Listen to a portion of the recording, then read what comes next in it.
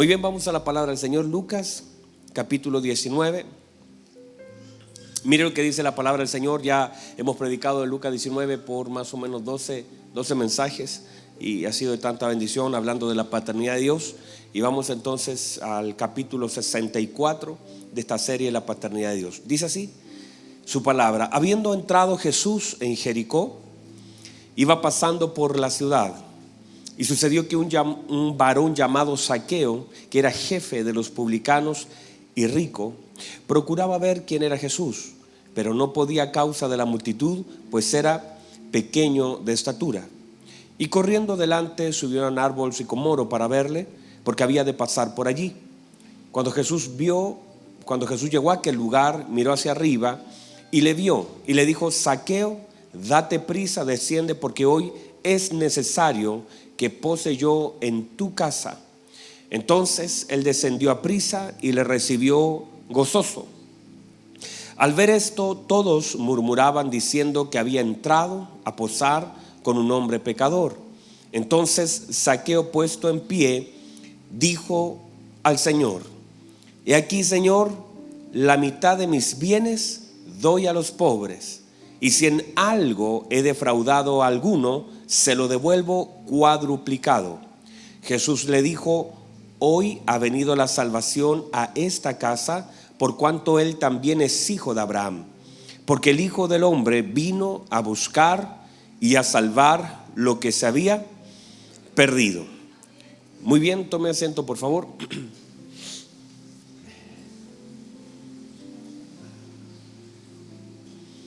Muy bien. Hemos estado hablando acerca de algunas cosas que es importante retomar y repasar como una forma de introducirnos a lo que el Señor hoy nos quiere hablar.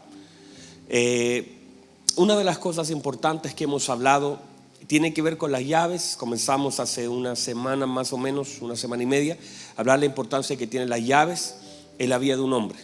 Cómo estas llaves son para abrir y algunas también son para cerrar.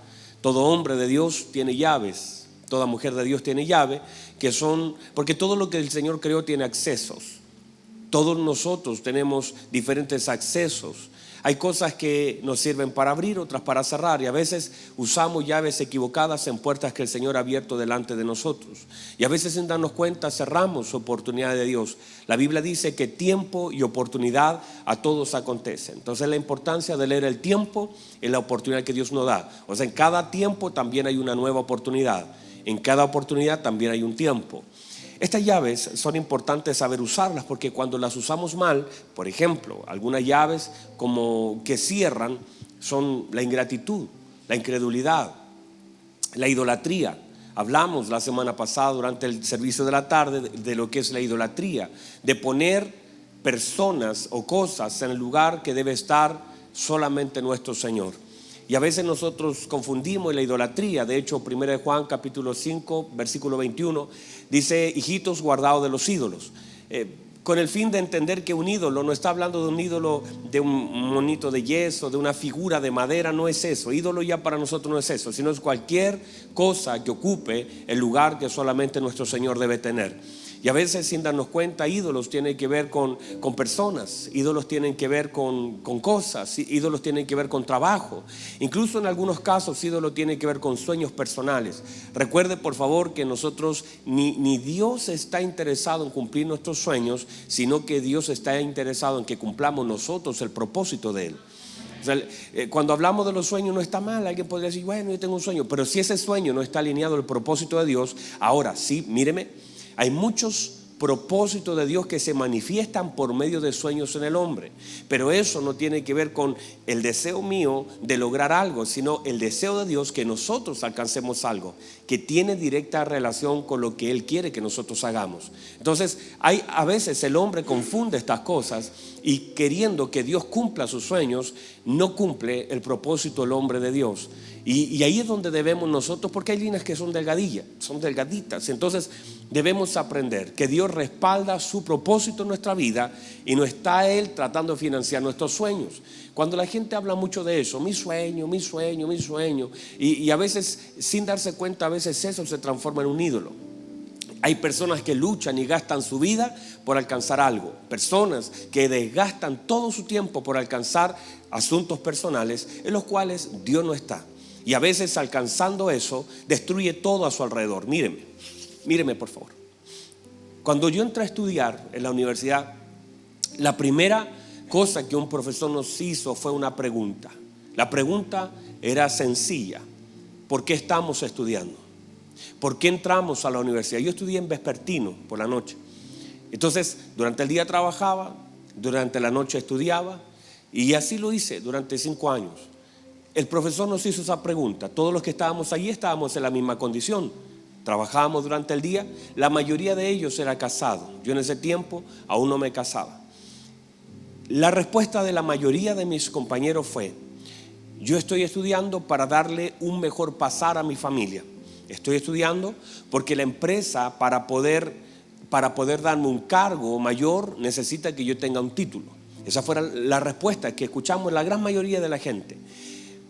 Pero al pasar el tiempo, la gente comenzó a darle prioridad al estudio. Y mire por favor, mire, este es el punto. A tal punto que en un momento la razón de por qué ellos entraron a estudiar ya no fue suficiente y perdieron el objetivo, a tal punto que muchos de ellos al tercer año de carrera ya no tenían familias, ya no tenían matrimonios, ya no tenían. Si yo, los mismos compañeros que oí decir estoy estudiando para darle un mejor pasar a mi familia, después en el proceso perdieron su familia, pero siguieron estudiando. Si tú entras con una motivación correcta, debes sostener esa motivación y examinar aquellas cosas que están dañando. ¿A costa de qué estudiar? ¿Tener más para qué? Y hay personas que de pronto pierden todo a causa de alcanzar algo, y no es correcto. Hay personas que comenzaron con motivaciones correctas, pero en el tiempo se desviaron. A veces lo mismo nos pasa hasta en el servicio al Señor. Hay personas que comenzaron sirviendo, pero con motivaciones tan hermosas.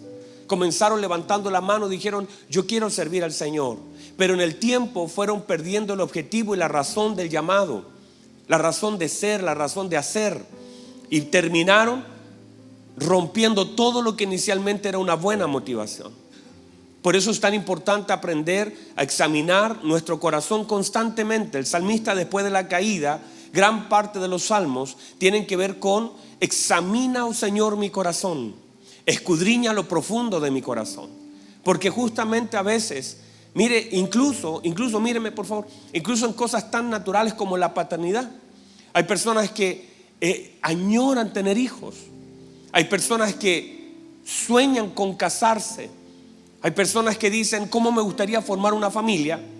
Y cuando ya la tienen, no la cuidan. Personas que de pronto dicen: cuando tengamos un hijo, y sueñan y están hablando, pero cuando ya tienen familia, no invierten su tiempo en ella, sino que solamente la tuvieron, tienen hijos que luego no cuidan, que no aman, que no le dedican tiempo. Matrimonios los cuales inicialmente fueron motivaciones tan bellas, y uno cuando los escucha, incluso uno mismo ha sido partícipe de matrimonios, cuando uno los escucha en sus noviazgos, ellos tienen motivaciones correctas, buenas. No, si yo quiero estar con ella porque la quiero cuidar, la quiero amar, la quiero ayudar, queremos crecer juntos, recorrer el mundo, cumplir el propósito de Dios. Pero en el tiempo esas cosas se van desvaneciendo porque no pesamos las intenciones del corazón. Hay cosas en algún punto que se van desviando y finalmente terminamos rompiendo aquellas cosas que tenían un tan hermoso inicio.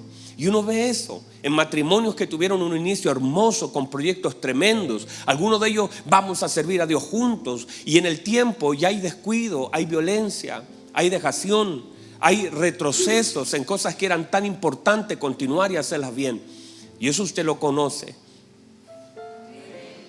Entonces uno debe examinar, porque hay llaves que finalmente te cierran puertas. Por ejemplo, la murmuración. Hablamos de la murmuración, cómo Esta llave le cerró la puerta a muchas personas: la murmuración, pecados sexuales, idolatría, envidia, falta de honra, desobediencia, incredulidad, inmoralidad, temor y tantas otras cosas que son llaves que cierran puertas, de las cuales usted no puede esperar que viviendo en ellas delante del Señor usted esté agradándolo. También hay llaves, hablamos, que nos abren puertas. Por ejemplo, la honra, la fe, la valentía, la confianza, el amor, el perdón, el arrepentimiento, la adoración, la gratitud, la obediencia, la consagración, entre muchas otras. Son llaves que abren puertas. Cuando usted decide consagrarse para el Señor, eso le va a abrir puertas. Cuando usted adora al Señor con libertad, cuando usted es agradecido, cuando usted es obediente, todas esas cosas son llaves que abren puertas. Ahora, dentro de las cosas que también hemos ido viendo es la importancia de aprender a vivir y no acostumbrarnos a lo malo. Dijimos que Zaqueo, este hombre que estamos hablando, este hombre se acostumbró a lo malo, y a veces cuando estamos en lo malo no nos damos cuenta. Estamos tan, yo no sé si a usted le pasó. Míreme por favor, yo les he contado que yo vivía al lado de un río. El día jueves o ayer, no me acuerdo, hablé de eso, un poquito de vivir al lado del río. Pero a lo que quiero llegar con esa frase de vivir al lado, habían a veces olores malos, pero yo no me daba cuenta, porque estaba tan acostumbrado a lo malo que ya ni cuenta me daba que estaba ahí. Y a veces uno está tan acostumbrado a lo malo, es un riesgo acostumbrarse a lo malo, porque ya ni siquiera oras para salir de eso. Perdiste como la intención en la oración, porque ya ni siquiera te das cuenta que lo que estás viviendo es malo. A veces hay personas que se acostumbran a vivir sin amor. Hay personas que se acostumbran a vivir en violencia, pero ya no pueden ser conscientes de que eso está mal. Hay personas que se acostumbran a vivir en cosas que son malas, matrimonial, familiar o hasta como hijos. Y como no lo recibiste, te acostumbraste a eso y pensaste que así debía ser, y normaliza cosas que en realidad son malas en la vida. Y eso es un riesgo, porque cuando sucede eso, ya ni siquiera puedes pedir cambiarlo, ya no oras, ya no hay intención. A veces nosotros nos acostumbramos a lo malo y ni siquiera ya podemos orar a Dios para que lo cambie, porque ya ni siquiera cuenta nos damos que estamos en eso malo. Entonces, una de las cosas que el Hijo de Dios, míreme por favor, Alexi, usted también míreme. Pasa esto, Alexi. Pasa que a veces el daño es tan grande que ni cuenta nos damos, y nos acostumbramos tanto a lo malo que se hace una norma de vida para nosotros, y cuando eso sucede comenzamos a vivir vidas no conforme a lo que el Señor quiere que nosotros vivamos. Por eso uno debe tener, Alexis, como el deseo constante y oración constante, y una de las cosas, la conciencia de las cosas que vivo. Míreme por favor, Dios mismo levanta a un Nehemías para ir a Jerusalén, porque la gente estaba viviendo en ruinas y ni cuenta se daba y no hacían nada. Y Dios tiene que sacar a un hombre del palacio y llevarlo a Jerusalén, porque toda Jerusalén estaba en ruina, pero la gente no movía un ladrillo para cambiar su realidad. Y a veces Dios tiene que mover a hombres para enfocarnos en aquellas cosas que están mal, pero ni cuenta nos damos que están mal. Vivimos en medio de ruinas y ni cuenta nos damos. Y Dios tiene que levantar a un Nehemías, sacarlo de donde está, del palacio, y llevarlo a Jerusalén para que pueda reconstruir, porque si no lo hace, la gente allí está tan acostumbrada a ver todo arruinado que ya ni siquiera cuenta se da, no le da lo mismo. Y a veces, sin darnos cuenta, nosotros somos así, viviendo en ruinas. Por eso una de las cosas que hace el Espíritu Santo en la vida del creyente, le da luz. Esa luz te permite ver. Esa luz te permite ser consciente de aquellas cosas que están mal. Y entonces tú te paras en el nombre de Jesús y dices: yo no puedo seguir soportando lo que estoy viviendo. Esto está mal. Eso es lo que el Espíritu Santo, si uno lo podría ver así, lo hizo en la vida del hijo pródigo. La Biblia dice que vuelto en sí, dijo: wow, ¿dónde estoy metido? ¿Por qué estoy aquí en medio de cerdos? ¿Por qué estoy pasando hambre? ¿Por qué estoy soportando eso? Me levantaré e iré a la casa, porque él tuvo la oportunidad dada por Dios de mirar y darse cuenta al lugar que había llegado por la inconsciencia. Pero una vez vuelto en sí, dijo: yo no puedo estar acá. ¿Cómo voy a estar acá pasando hambre, pasando necesidad, estando en esta condición de rechazo, de dolor? Yo me voy a levantar y yo iré a la casa de mi padre. El perdón me abrirá el espacio. Le diré: Padre, he pecado contra el cielo. Ocuparé la llave del perdón. Padre, he pecado contra el cielo y contra ti, ya no soy digno. Reconozco, el reconocimiento es una llave. Reconozco que he pecado. Eso es una obra del Espíritu Santo para que nos demos cuenta dónde estamos, porque uno podría decirle a usted: hermano, pero ¿por qué vive lo que vive? Mire cómo está. Y hay personas que uno puede desde afuera mirar lo que están viviendo, pero ellos no son conscientes, no se le alumbra de darse cuenta, y a veces tenemos que perder algunas cosas para que la luz sea encendida. La Biblia dice que esa mujer perdió una dracma, y al perder una dracma encendió la luz, y al encender la luz vio la condición de la casa, y al darse cuenta de la condición pudo limpiar la casa, y al limpiar la casa pudo encontrar la dracma. Entonces, a veces las cosas que perdemos son una forma de cómo nosotros reaccionamos. ¿No se ha dado cuenta que a veces hay personas que terminan perdiendo el matrimonio y recién reaccionan y dicen: wow, estaba tan mal mi matrimonio, no me di cuenta el daño que le estaba haciendo? Cuando comenzamos a perder, cuando perdemos trabajo, cuando perdemos oportunidades, cuando el Señor nos abrió una puerta y nosotros echamos a perder lo que Dios nos abre, y hasta que no lo perdemos no somos conscientes de lo mal que hemos hecho nuestro trabajo en todas las cosas que Dios nos ha dado. Por eso una de las cosas importantes es que seamos conscientes, le pidamos al Espíritu Santo tener, mire lo que dice la Escritura, que si tu ojo es bueno, todo tu cuerpo estará lleno de luz, pero si tu ojo es malo, todo tu cuerpo estará lleno de tiniebla. Entonces, la importancia de que podamos estar en luz, que podamos ver las cosas que pasan a nuestro alrededor, que seamos conscientes, pedirle al Señor que nos abra los ojos del entendimiento para ver lo que está sucediendo en nuestra vida, porque a veces somos expertos en juzgar la vida de otro, en ver lo que al otro le falta, pero no somos conscientes de ver lo que a nosotros nos falta y en lo que nosotros estamos mal. A veces tenemos luz para ver a otros, pero tenemos tinieblas para ver nuestra vida. Somos buenos para juzgar la vida de otros, pero no tenemos la capacidad de ver nuestra propia vida, que a veces está mal, no está bien. No nos damos cuenta de las carencias, de las limitaciones, del dolor, de las cosas que están mal en nosotros, y por esa causa no podemos cambiarla, porque si no se ora, no se cambia.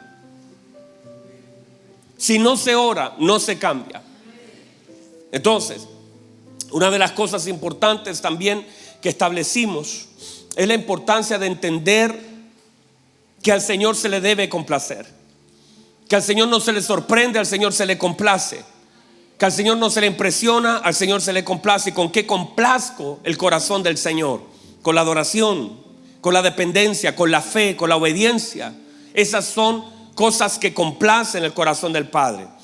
Y mire, por favor, aquí quiero detenerme un minuto, porque el día jueves hablé sobre un asunto que necesito que lo tengan con mucha claridad ustedes y la gente que está viendo, porque luego algunos subieron algunas frases que quizás no estuvieron tan exactas, y tiene que ver con las riquezas y tiene que ver con los recursos. Dijimos el día jueves lo siguiente, que a veces nosotros somos abundantes en áreas irrelevantes y escasos en áreas trascendentes. A veces abundamos. Zaqueo abundaba en riqueza, pero también abundaba en rechazo. Era abundante en áreas irrelevantes, pero escaso en áreas importantes y trascendentes. Y mire, por favor, déjeme profundizar este punto, porque a veces nosotros buscando recursos, diga conmigo recursos. Otra vez, diga conmigo recursos. A veces nosotros buscando recursos financieros empobrecemos a nuestra familia de riquezas espirituales. A veces nosotros nos enfocamos en los recursos y nos desenfocamos de las riquezas. Recursos y riquezas son cosas diferentes. Ambas son importantes, pero una es trascendente y una se sujeta a la otra. Y a veces nosotros nos enfocamos mucho más en los recursos. ¿Qué recursos? Dinero, plata, bienes, recursos. Riquezas tiene que ver, cada vez que la Biblia habla de riquezas, tiene que ver con la obra de Cristo en la vida del hombre. Cristo es la riqueza de la iglesia. Los recursos son aquellas añadiduras que el Señor nos permite tener en porciones. Por favor, note, mi Dios, dice Filipenses, pues suplirá todo. ¿Cuánto suplirá? Todo. Dice, suplirá todo. Y hay cosas que los recursos no alcanzan a suplir, pero que las riquezas sí tienen el poder de hacerlo. Hay cosas que los recursos jamás van a suplir. El dinero no suplirá todo. Por eso recursos y riquezas son cosas completamente diferentes. Hay cosas que el recurso no alcanza a suplir. Por más recursos, dinero que alguien tenga, hay cosas que no suple. El recurso no es sustituto de la riqueza. El recurso nunca será un sustituto de una riqueza. El recurso jamás sustituirá la riqueza de Cristo. Por eso cuando la gente intenta con recursos sustituir cosas, se está equivocando. Por ejemplo, y hablando de esto de la paternidad, muchos padres quieren con recursos sustituir las riquezas. Y quieren a los hijos comprarle con recursos, porque el recurso tiene la capacidad de comprar, la adquisición. Y piensan que eso viene a sustituir sus ausencias en la vida de sus hijos. Y usted va a ver muchas personas que con recursos intentan compensar ausencias. Y eso es un error. Jamás el recurso será sustituto de la presencia. Y si usted le preguntara a un hijo, o usted como hijo, ¿qué prefiere, recurso o presencia? Usted dirá presencia.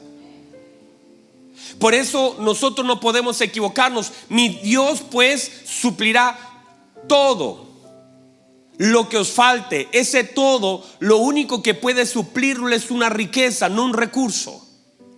Y dice, ¿dónde está la riqueza? Dice, todo conforme a sus riquezas en gloria. Las riquezas no están en la tierra, las riquezas están en Cristo. Las riquezas no tienen un costo. Las riquezas tienen un precio. No sé si me pueden entender. Estamos hablando de economía 1.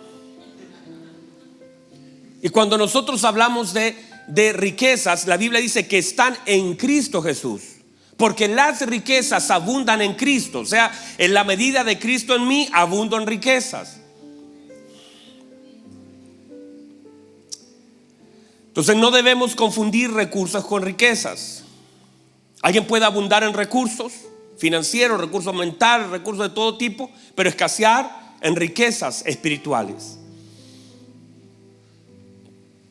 Riquezas, escúcheme bien esto. No podemos enfocarnos mucho más en la búsqueda de recursos que en la adquisición de las riquezas que solamente pueden ser alcanzadas por medio de Cristo. Nosotros debemos administrar, míreme, con sabiduría los recursos que Dios nos da. Pero esa sabiduría para la administración de los recursos tiene que ver con la abundancia de las riquezas. En la medida que yo abundo en riqueza, podré administrar los recursos. Dígame amén a eso. De hecho, de alguna forma nuestro mismo Señor Jesucristo nos enfocó y dijo: los gentiles buscan recursos. No estés pensando en qué has de comer, vestir mañana, porque los gentiles buscan recursos. Todas esas cosas. Pero vuestro Padre sabe de que tenéis necesidad. Por lo tanto, buscad primeramente el reino de Dios y su justicia. Está diciendo, busquen las riquezas de Cristo. Y todo lo demás, todos los recursos serán añadidos. Pero no podemos estar buscando recursos y esperar abundar en riquezas, sino que debemos buscar las riquezas y el Señor nos dará lo suficiente. El Señor nos dará lo suficiente para tener los recursos que necesitamos. Dígame amén a eso. Yo sé que está medio enredado, que tendrá que repasar el video otra vez. Pero los recursos serán añadidos. Las riquezas se buscan, los recursos se añaden. ¿Están acá todavía? Pastor, ¿son malos los recursos? No. No. Si el Señor los da, son buenos. Y si los sabemos administrar, entonces tendremos sabiduría en ello. Pero nunca un recurso puede gobernar mi vida y mi búsqueda. No condiciono ni me enfoco en buscar recursos, sino que en buscar a Cristo, en hacerlo bien. Los recursos son parte de un todo del hombre. No estamos en contra. Yo no estoy diciendo, hermano, no vaya a pensar, no estoy hablando de un voto de pobreza, que ahora todos seamos. No es eso. No estoy diciendo que, pero digo que debemos abundar en la riqueza de Cristo. Y ahí debe estar nuestro foco. Y si el Señor añade, gloria a Dios por lo que el Señor añade. Usted no se va a enojar si el Señor le suma, si le suben de sueldo, si lo cambian de trabajo, si se le abre una puerta. Gloria a Dios por eso. No estamos peleando eso. No estoy en contra de eso. No estoy en contra de que usted tenga un mejor auto, que usted tenga un mejor zapato, que usted le pueda dar algo mejor. Eso, yo no estoy peleando con eso. Eso es necesario. Pero no se enfoque en eso. Hay personas que buscando los recursos materiales empobrecieron espiritualmente su familia. Y a veces prefirieron estar lejos por periodos prolongados de tiempo de su casa buscando recursos, pero le restaron espíritu a su familia. Ahora, no quiere decir que aquellos que estén presentes le estén sumando mucho. Por eso es importante que seamos equilibrados y que podamos nosotros enfocarnos en dar a nuestros hijos lo que ellos necesitan. Y hoy, sobre todo que se está celebrando el Día del Niño, permítame decirle eso. La importancia que tiene para nuestros hijos, la trascendencia para nuestros hijos, que nosotros como padres abundemos en riquezas en Cristo, porque eso vamos a transferir. No podemos pensar en dejar como herencia recursos y no haber implantado riquezas en la vida de nuestros hijos. Le aseguro que lo más trascendente para nuestros hijos no son los recursos, son las riquezas. Cuando usted es rico en amor, rico en paz, rico en gracia, rico en buenas obras, rico en aquellas cosas que trascienden la vida de nuestros hijos. Le aseguro que para su hijo es más importante pasar una hora con usted que le compre un buen par de zapatos. Le aseguro. La riqueza de tiempo que le podamos dar, esos espacios que ellos valoran, esos abrazos, esos cariños que nosotros podamos mirar a los ojos y preguntarle qué le sucede. La confianza es una riqueza y que el padre debe tratar de promover en la vida de sus hijos la confianza, la esperanza, el darle ánimo, el levantarlo. Un padre necesita levantar a un hijo. Nosotros como padres preocuparnos no solamente de lo que le falta en cuanto a su vestido, sino lo que le falta a nivel emocional, a nivel espiritual. Estar tan preocupado por ellos, observarlos y darnos cuenta de lo que está pasando en el corazón. Tener la capacidad de ver a nuestros hijos y saber lo que hay en su corazón. El salmista dice: yo no he visto justo desamparado, ni su simiente mendigando pan. Si uno compara ese versículo bíblico con lo que el Señor estableció, busquen primeramente el reino de Dios y su justicia. Quiere decir que estaba en los ciertos David, porque no se ha visto justo buscar la justicia, no se ha visto justo buscar la justicia, no se ha visto justo. Quiere decir que si yo busco la justicia del Señor, las cosas serán añadidas a mi vida. O sea, seré lleno de aquellas cosas que yo busco. Abundemos entonces en la riqueza del cielo de Cristo. Cristo es la riqueza de la iglesia. Cristo debe ser la riqueza de nuestra vida. Dígame amén a eso. Entonces, déjeme pasar unos minutos hacia lo que voy a comenzar a hablar. Había un meme el otro día que decía: cuando el pastor después de 45 minutos dice: voy a comenzar con la palabra. No es el caso, porque ya he hablado harto de la palabra, sino que lo que voy a comenzar durante este día a hablar acerca de los sellos de la paternidad de Dios. la importancia de los sellos de la paternidad de Dios, y puntualmente el sello de la paternidad de Dios en la vida de Zaqueo, en lo que aparece en este texto. Número 1, diga conmigo: orden. Orden es importante. Una de las cosas que comenzamos también en algún momento como pincelada a hablar es acerca del orden. El orden es parte de la paternidad de Dios, y lo que vino a hacer el Padre en la vida de Zaqueo por medio del Hijo es traer orden. Ese orden, todo orden también trae autoridad. La autoridad manifiesta poder, el poder manifiesta transformación, y la transformación es una evidencia del orden de Dios en la vida de un hombre. ¿Lo entendió? Entonces, número 1, orden. Cada vez que la paternidad de Dios se manifiesta en un lugar, se sabe que la paternidad de Dios está porque hay orden. De hecho, un hijo por un asunto natural necesita ser moldeado en relación al orden. No me digan los padres que no le andan recogiendo los calcetines, los zapatos en sus primeros años. Dígame a mí los papás. ¿O soy el único que recoge zapatos?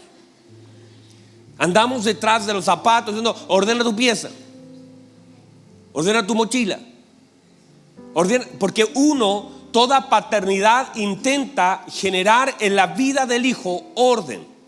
Eso fue lo que el Señor está haciendo en la vida de Zaqueo. Está trayendo orden a su casa. Ese orden tiene que ver con prioridades. Donde quiera que la paternidad de Dios se manifiesta, trae orden.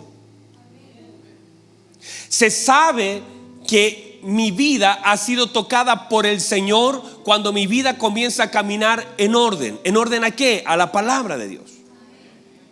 Toda vida alcanzada por la palabra de Dios se manifiesta por medio del orden. De hecho, desde el principio la Biblia dice que la tierra estaba desordenada, ausencia de Dios. Toda la tierra estaba desordenada, ausencia de Dios. Pero lo primero que hace Él es ordenar. ¿Por qué? Porque el orden manifiesta también parte. Mire, cualquier área de nuestra vida que esté en desorden carece de autoridad. Si usted está en desorden matrimonial, usted no tiene autoridad para poder hablar del matrimonio. En cualquier área, usted dice: ay, yo tengo deudas por todos lados, yo soy complicado en el área financiera. No tiene autoridad para hablar de finanzas, porque cualquier área en nuestra vida de desorden te resta autoridad. No sé si me puede decir amén a eso. Pero todo desorden en tu vida te resta autoridad. Pero cuando tú ordenas tu vida, eso te genera autoridad, porque tienes la evidencia. Y por eso es tan importante que entendamos la importancia del orden. Ponga atención a esto, porque con esto voy a cerrar esta mañana. Póngame música de cierre, hermano. Esa música de cierre. Póngame atención. La Biblia dice en relación a Zaqueo, dice esto: Zaqueo, es necesario que yo pose en tu casa. No está hablando solo de la vida de Zaqueo, sino está hablando de la casa de Zaqueo. Si el Señor quería solamente tratar con la vida de Zaqueo, bastaba que hablara con él. Pero la idea de Dios era no solamente traer orden a la vida de Zaqueo, sino traer orden a la casa de Zaqueo. Y el Señor entra a la casa de Zaqueo a través de la vida de Zaqueo. Y es allí donde debemos entender la importancia de la vida de Zaqueo para la casa de Zaqueo. Porque uno es la vida de Zaqueo y dos es la casa de Zaqueo. Y si uno entiende que muchas de las cosas que están desordenadas en nuestra vida tiene que ver con la vida de Zaqueo, uno puede interpretar entonces que la vida de un hombre es clave en el área de su casa. Y cuando el Dios toca a un hombre, su casa es bendecida. ¿Sabe lo que hago yo? En las consejerías, si usted ha venido conmigo y si no ha venido últimamente, y usted se sienta y escucha ahí arriba, cuando viene un matrimonio, esta semana vino un matrimonio y la cosa estaba muy complicada. No tengo problema en decir eso porque usted ni va a saber qué matrimonio es y tampoco eran de la congregación. La cosa estaba muy complicada. Entonces yo le dije al matrimonio, le dije, gracias por venir. Y estaba la señora aquí, el hombre acá. Le dije, a usted me voy a dirigir, al hombre, porque si el hombre se ordena, la casa se ordena. Otra vez, si el hombre se ordena, la casa se ordena. Entonces le dije, señora, muchas gracias por venir. Gracias. Y empecé a hablarle al hombre, porque si el hombre se ordena, la casa se ordena. Porque si tu ojo es bueno, todo tu cuerpo, mujer, estará en luz. El problema es el aceite. La Biblia dice que si el aceite abunda en la cabeza, no son 2 gotas, no es, le voy a poner una gotita, no. Todo lo que abunda en la cabeza alcanzará directamente el cuerpo. Si usted dice, si la copa, si el aceite es suficiente sobre la cabeza, sobre el cuerpo alcanzará. Si el aceite es escaso en la cabeza, el cuerpo no tocará nada. Todo lo que abunde en la cabeza alcanzará el cuerpo. Cualquier cosa que abunde aquí alcanzará para el cuerpo. Si no abunda acá, no alcanza para el cuerpo. Si entiendo la importancia que tiene aceite sobre la cabeza, entonces sabré la importancia que tiene la cabeza sobre el cuerpo. Y cuando el cuerpo escasea de aceite por falta de aceite sobre la cabeza. Entonces cuando uno ve la historia de Zaqueo, lo que ve es la importancia del orden, de cómo el Señor intenta llegar a la casa de Zaqueo, pero a través de la vida de Zaqueo, porque Zaqueo era la llave de su casa. Y si hay aquí hombres, su familia llegará tan lejos como el hombre de Dios sea capaz de ordenar su vida. Cualquier área que yo ordene mi vida, mi familia será bendecida. Y la manifestación del orden alcanzará a mi familia. Lo que el Señor quiere hacer en la vida de nosotros tiene que ver con orden. Porque la primera manifestación del Génesis tiene que ver con orden. Cómo el Señor toca esa tierra y comienza a ordenar las cosas que estaban en caos. Toda vida y todo eso es orden. Las cosas que el Señor ha de sacar, en todo orden hay movimiento. En todo orden viene autoridad. Si tú te ordenas, alcanzarás autoridad. La autoridad manifiesta poder. El poder manifiesta transformación. Y la transformación se manifiesta por medio de las evidencias. Y muchas de las cosas que nosotros no son evidentes es por la falta de orden. Dígame amén a eso. Y muchas de las cosas que nosotros no manifestamos en obediencia solamente sucede por la falta de orden. Entonces, ¿qué hace el Señor? Llega a la casa de Zaqueo a ordenarla. Las prioridades comienzan a cambiar. Las cosas comienzan a suceder. Zaqueo se siente mal porque él ha ofendido. Zaqueo se siente mal porque él ha quedado con dinero. Zaqueo se da cuenta que lo importante no es lo que tenía y lo comienza a repartir, porque comienza el Señor a ordenar esa casa. El Señor dice, wow, hoy ha venido la salvación a esta casa. No solamente a la vida, sino a la casa. Porque si el Señor ordena una vida, también esa vida alcanzará en una casa. Si el Señor ha venido a ti como una luz, esa luz viene a ti para ordenar tu casa. ¿Y sabe lo que sucede en esto? ¿Sabe lo que sucede en esto, hermano amado? Es que a veces somos inconscientes del daño y el desorden que hay en nuestra casa. Y no somos conscientes de todo el desorden que el Señor está viendo en nuestra casa. Y por eso tiene que haber una manifestación de Cristo en nuestro hogar para que las cosas sean ordenadas. Y si no nos damos cuenta, y eso quizás porque uno no se da cuenta hasta que la obra de Cristo resplandece en nosotros. ¿Sabe? Por eso el Señor manda a Isaías y le dice a Ezequías, ordena tu casa. Porque él no se estaba dando cuenta del desorden que había. Hay muchas cosas que están en desorden hasta que la palabra del Señor viene como una luz a manifestar el desorden de nuestra casa. Primero tiene que ordenarse. No se puede ordenar el hogar sin primero ordenar la casa. Tu casa, tus pensamientos, tus prioridades, si las comienzas a ordenar, eso te dará un poder. El poder se va a manifestar por medio de la autoridad del orden. Esa autoridad en el orden será una manifestación por medio de la transformación. Y cuando vas a ver a tus hijos, ¿sabe? Mire lo que ha sucedido. Hay muchas personas que dicen: es que mis hijos están súper complicados. Y no es un problema de los hijos, es un problema de los padres. Muchas veces dicen: es que mi hijo no puede dormir por la noche, durante el día anda con temor. Y es simplemente la manifestación del desorden que hay en la autoridad de la casa lo que afecta a los hijos. Y a veces la gente dice: es que mi hijo, mire, si usted supiera que si la cabeza se ordena, porque a veces le transferimos. Mire cómo Caín alcanza esa transferencia.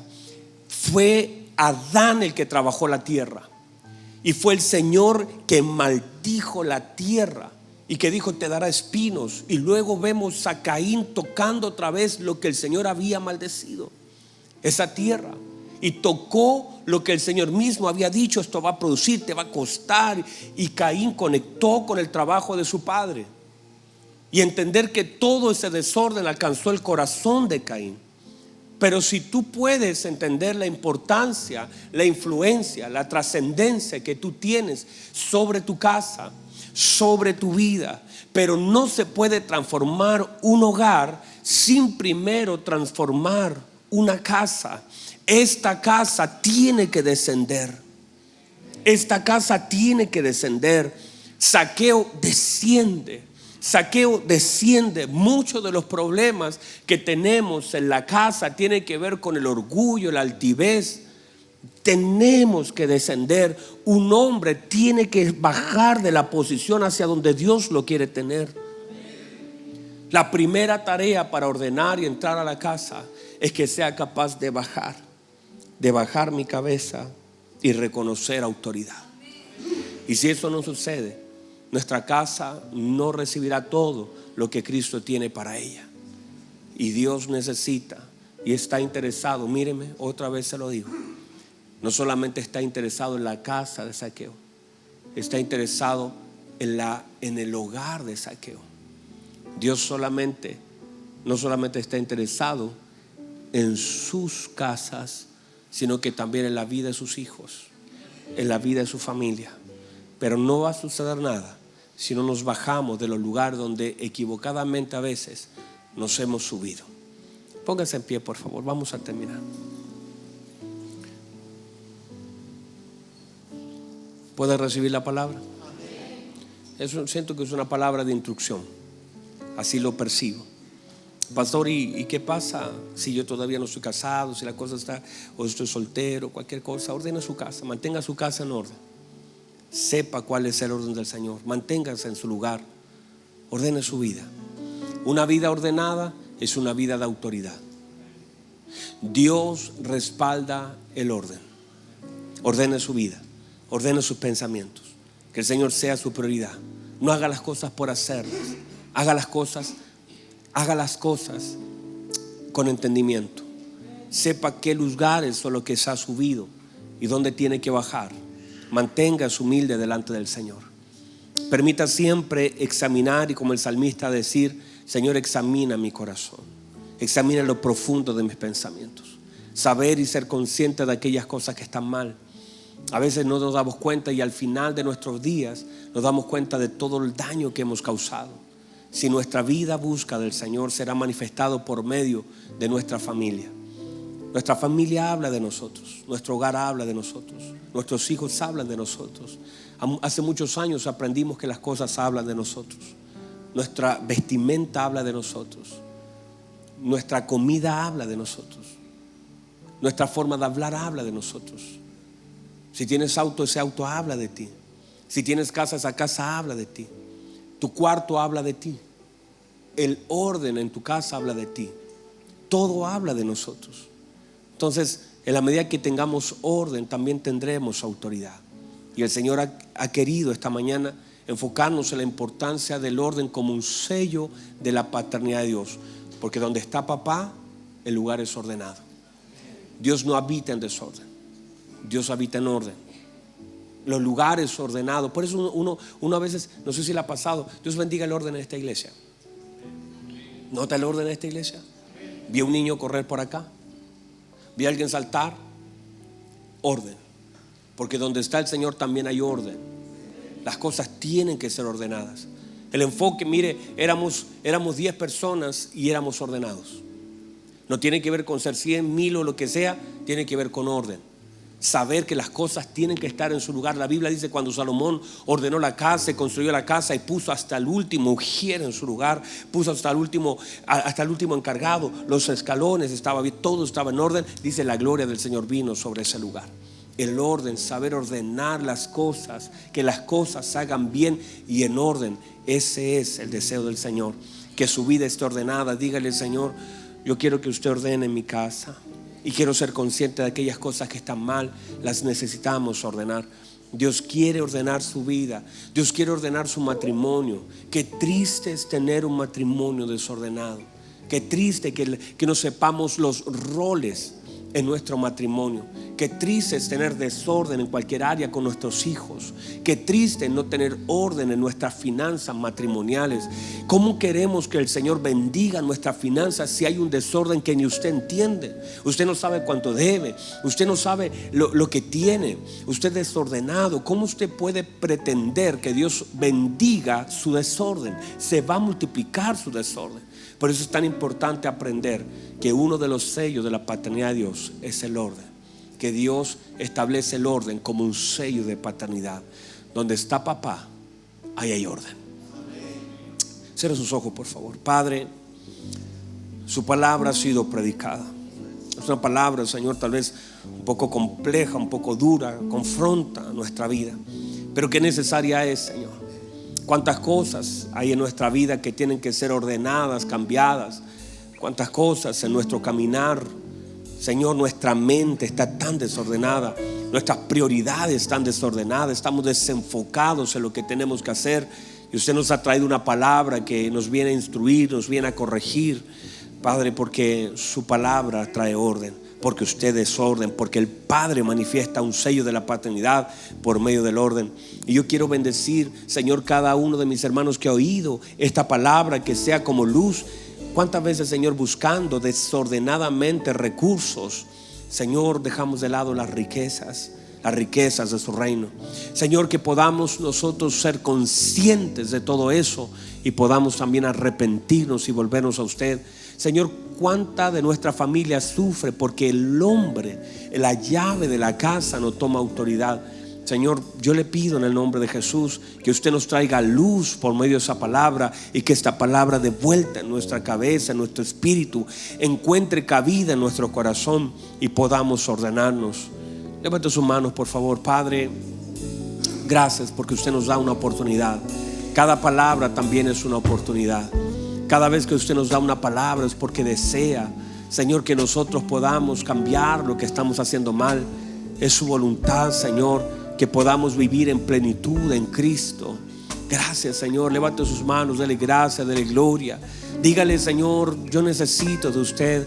Usted ha llegado a mi vida porque usted quiere.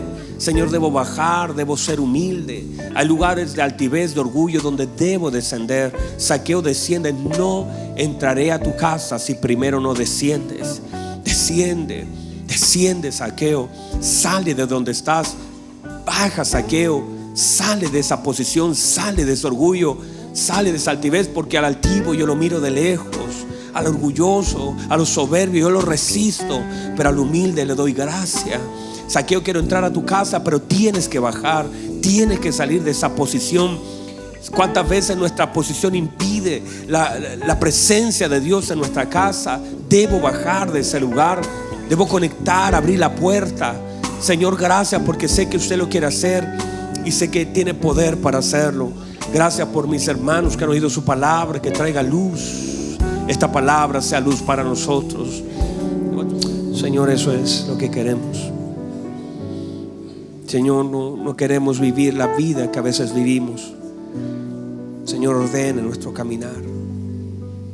Ordene nuestro caminar. Ordene nuestros pensamientos, nuestros deseos. Ordene, Señor, que su paternidad se manifieste en el orden. Gracias, Jesús. Gracias, Señor. Que su palabra llegue a lo profundo de nuestro corazón y sea transformadora. Que así sea. En el nombre poderoso de Jesús. Amén y amén. ¿Qué tal si todos juntos aplaudimos al Señor? Vamos a darle un aplauso de reconocimiento a nuestro Señor Jesucristo. Él es digno de ser alabado, digno de ser glorificado. Gracias, Jesús. Amén. ¿Cuántos pueden recibir la palabra del Señor? ¿La ha recibido? ¿Le ha servido? Es un consejo, no es fácil. Yo sé que ha tocado cositas ahí, pero es necesario oír la palabra del Señor.